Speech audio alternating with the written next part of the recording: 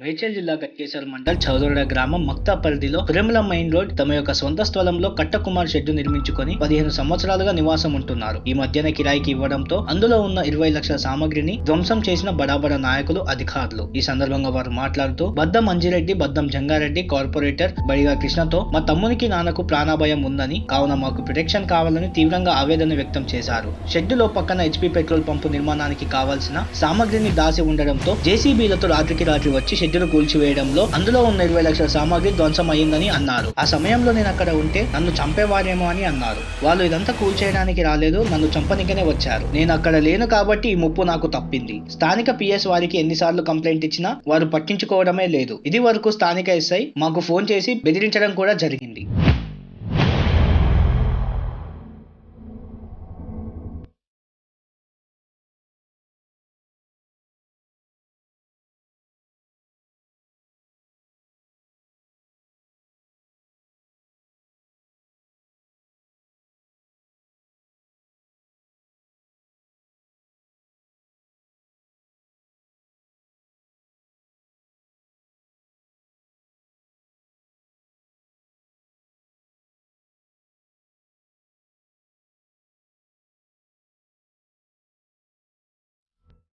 నాకు తెల్లందాక మాకైతే పానభయం ఉంది సార్.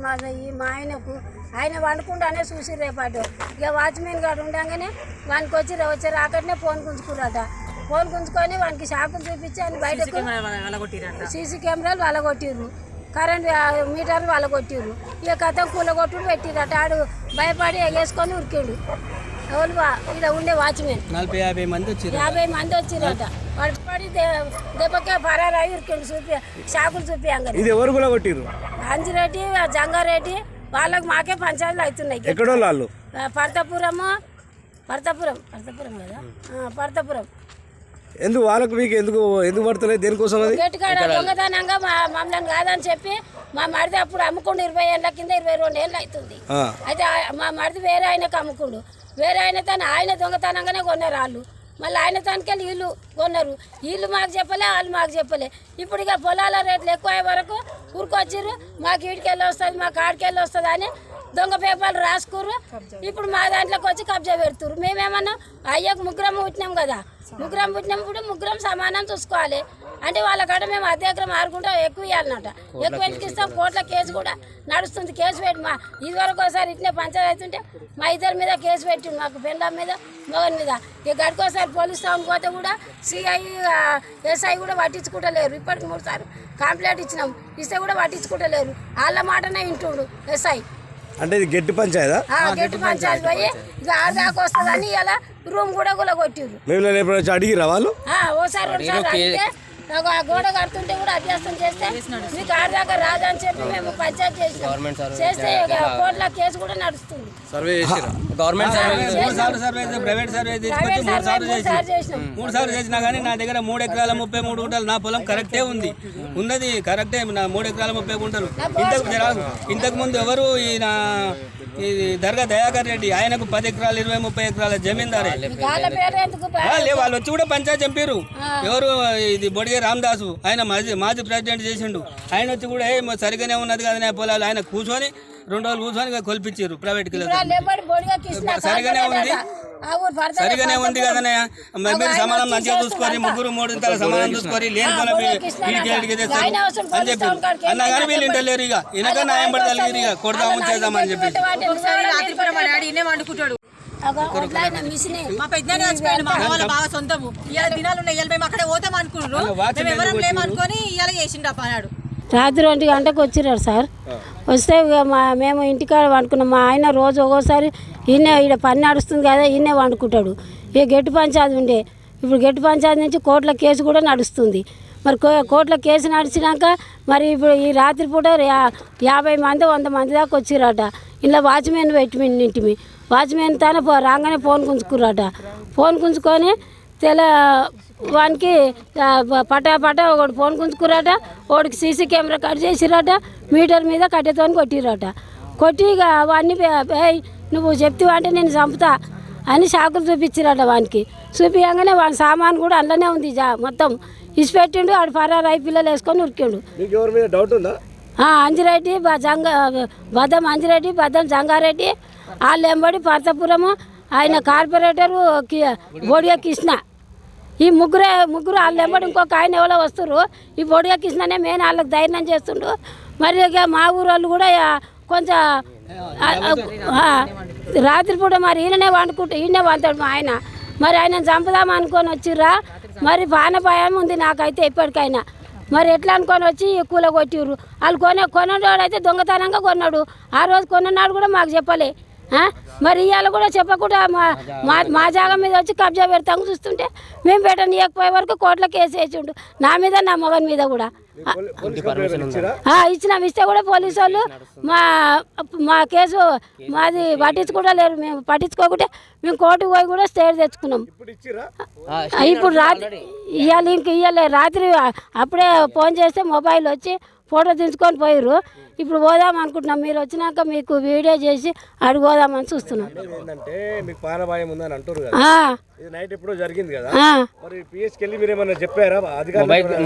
మొబైల్ కాల్ చేస్తే ఆ నైట్ స్టేషన్లో ఎవరు ఉండరు, పొద్దున రాని రాని చెప్పిపోయిర్రు. వాళ్ళు మొబైల్ వాళ్ళు చెప్పిపోయిర్రు. జరగలే. ఇక మేము ఇక్కడనే ఊళ్ళో పెద్ద మనుషులకు వాళ్ళకి ఇళ్ళకి జర చూపించి పోదామని చూపిస్తున్నాం. అట్లా మాకు మా మామకు ముగ్గురు కొడుకులు. మాకు 3 ఎకరాలు 33 గుంటలు. నా పాస్బుక్ కూడా కోర్టులోనే ఉంది. కోర్టులోనే కేసు నడుస్తుంది ఇప్పుడు. మరి నాకు ఒక గుంట ఎక్కువద్దు, ఒక గుంట తక్కువద్దు అని నేను కూడా కేసు పెట్టినా. మాది జాగా మా కాడికెళ్ళి వస్తుందని నేను 10-12 ఏళ్ళ కింద కట్టిన రూము. ఆ రూముకు నాకు పర్మిషన్ ఉంది, టెక్స్ కడుతున్నా. అన్నీ కూడా ఆ పర్మిషన్లు ఈ టెక్స్ కూడా నేను కోర్టులో పెట్టిన కాగితాలు అన్నీ. ఇవాళ నా వచ్చి దౌర్జన్యంగా కూలగొట్టిపోయి చంపుదామనే చూస్తున్నారు. ఏమైనా పోలీసు వాళ్ళు మీ భార్యను తోలుకొని రాబోయి అని మా ఆయనను ఫోన్ చేసి బెదిరిస్తున్నారట. ఎస్ఐ ఎస్ఐ ఏమో పేరు మేమెందుకు అడుగుతామో, పేరు తెలియదు కదా సార్ మాకు. పేరు ఎందుకు అడుగుతాం ఆయన గట్కేసారి ఎస్ఐ. మేము ఎప్పుడు పోయినా కానీ మాది పట్టించుకుంటూనే లేరు. 15 రోజులు అయితే లేదా ఇలా మా షార్ట్ పిల్ల పోయినప్పుడు ఆడికి పోయినా కానీ మేము 2-3 సార్లు కంప్లైంట్ రాసినా కానీ మాది పట్టించుకుంటూనే లేరు. వాళ్ళదే పట్టించుకుంటుండు. ఇలా మరిగా వాళ్ళేమో ఇంత వస్తుంది గుంట అమ్ముకొని ఇస్తామని చూస్తున్నారు. ఏం పేరు మీ పేరు? కుమార సార్, కట్ట కుమార. అది ఏం జరిగింది ఇక్కడ గెట్టు పంచాయతీ అని బద్దం అంజిరెడ్డి బద్దం జంగారెడ్డి నాతోటి కొట్లాడుతున్నారు సార్. ఎందుకు నాది ఉన్నది కరెక్ట్ 3 ఎకరాల 33 గుంటలు ఉన్నది. నా ఉన్నది అన్నా కానీ సంవత్సరం సంధి నాకు కొట్లాడుతూ ఉన్నారు. సంవత్సరం కిందనే కొట్లాడిపోయారు, కేసు పెట్టిరు. నా భార్య పేరు మీద కేసు పెట్టిరు. నేను ఆ కేసు నడిపిస్తూనే ఉన్నా. ఇప్పుడు మళ్ళీ అప్పుడు మొన్న ఇంజెక్షన్ ఆర్డర్ కూడా తీసుకొచ్చిన. ఇట్లా కొడదామనే చూస్తున్నాను. ఈ పెట్రోల్ పంపు పెడుతుంటే అవి నడపనీయ కూడా తిరుగుతురు. పెట్రోల్ పంపు కిరాయికి ఇచ్చిన నడవనిస్తలేరని ఇక ఇప్పుడు ఇంజక్షన్ ఆర్డర్ తీసుకొచ్చి నేను ఇక్కడ పెట్టుకున్నా కానీ ఇప్పుడు రాత్రిపూట వచ్చి నాది ఇది అంతా ధ్వంసం చేసిపోతున్నారు. ఇంతకుముందు సంవత్సరం కింద ఎవరు ఈయన బద్దమంజిరెడ్డి వాళ్ళ ఊరోళ్ళే జంగారెడ్డి వాళ్ళ ఊరోళ్ళు పెద్ద మనుషులనే 2-3 తోలుకొచ్చారు. 5-6 మందిని తోలుకొచ్చారు. 5-6 మంది 10 మంది వచ్చారు. 10 మంది వచ్చినా కానీ వాని జాగాలనే కూర్చున్నారు, వాని ఊరోళ్ళే కూర్చున్నారు. కూర్చొని కొలిచిరు. 2 రోజులు చూసి కొలిచిరు.